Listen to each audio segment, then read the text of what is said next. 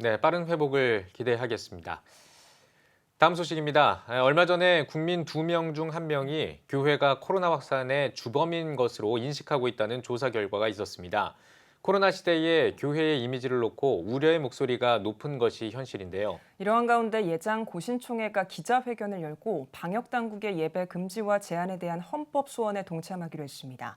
예장 고신총회가 이렇게 대외적으로 목소리를 내는 건 이례적인데요. 최대진 기자입니다. 종교시설 관련 확진자가 전체 확진자의 10% 미만인 것으로 조사된 가운데 국민 2명 중 1명은 코로나 확산의 주 원인을 교회로 인식하고 있는 것으로 알려졌습니다. 이와 같은 인식은 실제 감염자에 대한 명확한 보도보다 상대적으로 종교, 특히 교회의 감염자에 대해 편파, 왜곡적인 보도로 인한 결과라는 우려의 목소리가 높아지고 있습니다.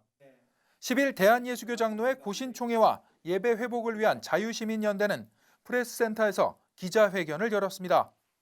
예장 고신총회는 정부의 예배 제한과 금지 명령이 종교의 자유를 침해하고 있다며 예자연이 제기한 헌법 소원에 동참하겠다고 밝혔습니다. 교회는 여전히 또 방역을 철저히 잘하고 있습니다. 예배 전후에 소독도 잘 하고 있고요. 또 잘 협조를 하고 있습니다. 이런 부분에 대해서 우리 교회가 받은 여러 가지 어려움들에 대해서 어떻게 헌법적으로 또 어떻게 한번 저희들에게 의견을 필요할 수 있는 방법이 무엇인가 해서 또 헌법 소원에 저희들이 또 동참을 하게 되어졌습니다. 이어 예장 고신총회는 정부와 지자체는 예배 제한과 금지 명령을 철회하고 사과하라는 성명을 발표했습니다. 특히 최근 질병관리청의 발표에 따르면 교회의 경우 밀집도가 낮고 사전 방역 조치들이 이루어져 지금까지 대면 예배를 통한 감염은 거의 없었다고 밝혔습니다. 예배 회복을 위한 자유시민연대도 최근 개정된 감염병 예방법과 정부의 사회적 거리두기 체계 개편안에 대해 심각한 국민의 자유 제한과 교회 탄압이 예상된다며 정부 방역 정책의 문제점을 제기했습니다.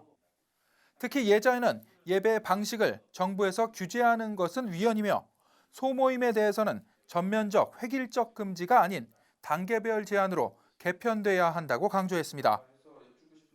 한편 예배 회복을 위한 자유시민연대는 지난 1월 12일부터 정부와 지자체의 예배 금지와 제한에 대한 헌법 소원을 제기한 바 있습니다.